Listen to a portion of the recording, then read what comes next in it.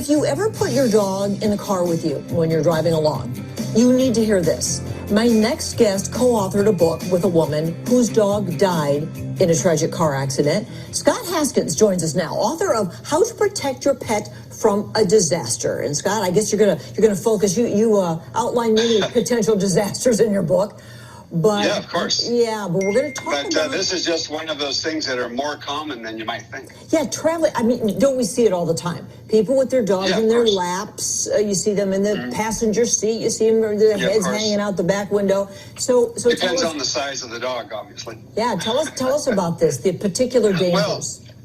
Well, the statistics are chilling. It's amazing. The National Safety Council says that if you're going only 25 miles per hour, an airborne dog, if you hit something, the airborne dog has a projectile force that's 40 times its weight. So do the math with your dog.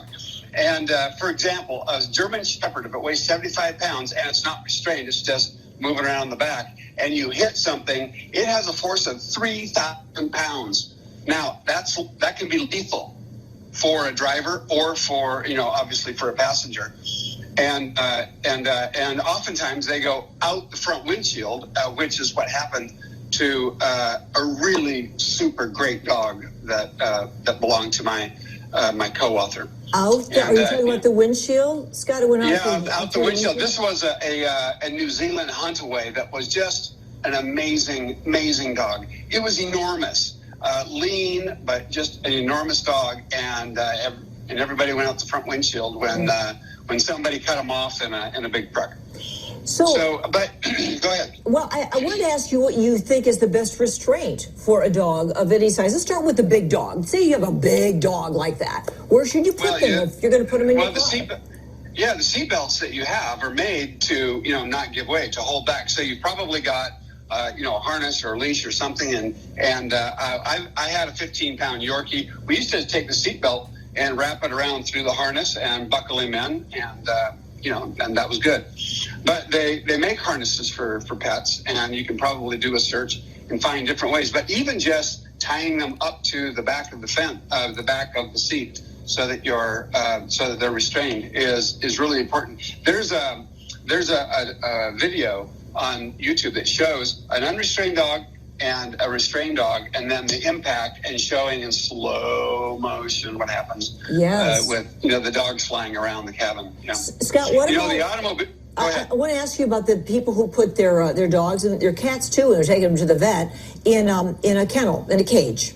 Obviously that's got to be restrained. I mean, obviously everything that's not buckled down in the car is going to go flying.